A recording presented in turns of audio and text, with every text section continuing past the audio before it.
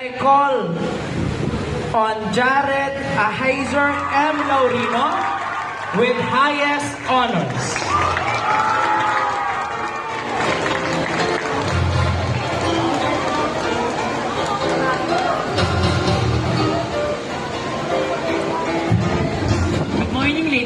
Good afternoon, ladies and gentlemen. Before I start my speech, I would like to extend my greetings to the James and Mrs. Director, Dr. Reynaldo D. Faustino, the SMH's Principal, Mrs. Lorita C. Sausa, the SMH's Assistant Principal, Mrs. Kenneth Joy C. Victorio, and the Curriculum and Instructions Coordinator, Mrs. Benita A. Espano. I would also like to acknowledge the teachers, my fellow students, and their parents who took time out of their busy schedules to attend the recognition. Today, I want each and every one of you to take a moment to think about the times you struggled, cried, smiled, and laughed. We often say the phrase na, ayaw ko na, when in fact, gusto naman talaga natin ipagpatuloy pa. There were times when you felt like giving up, when you felt like we can't do it anymore, and when everything felt overwhelming. But today, I want to remind you that those feelings are all valid.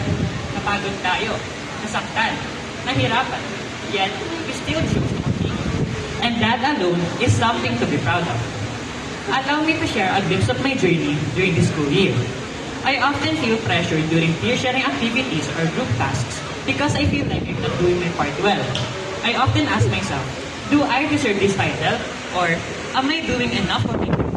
And during those hectic moments, I realized that, oo nga, paano ko nga ba nagagawa? Because if I'm struggling, how much more are my fellow students going through? That realization made me understand that we are all fighting our own battles, even if we don't always see it. To my fellow classmates and batchmates, standing here before you does not make me better than any learner here. Why? Considering that there are times when I feel like I fail. Like any other student, I also struggle with countless tasks, computations, group works, and other academic tasks. Even those moments when I feel completely exhausted, I still chose to move forward. In line with that, I want to share this quote my friend used to tell me. She said, pwedeng mapagod pero bawal sumuko. Because during difficult times, there are always people who believe and see the good in us, even when we start doubting ourselves. If only I could share a piece of my medals with you, I would. Because I believe that every student who continues to fight for their future deserves recognition. This is why you should always think about why you are doing your best, whether it's for family, friends, teachers, or others. Because when you feel like giving up, remember why and who you started for. But of course, we did not reach this moment alone. To our dear school,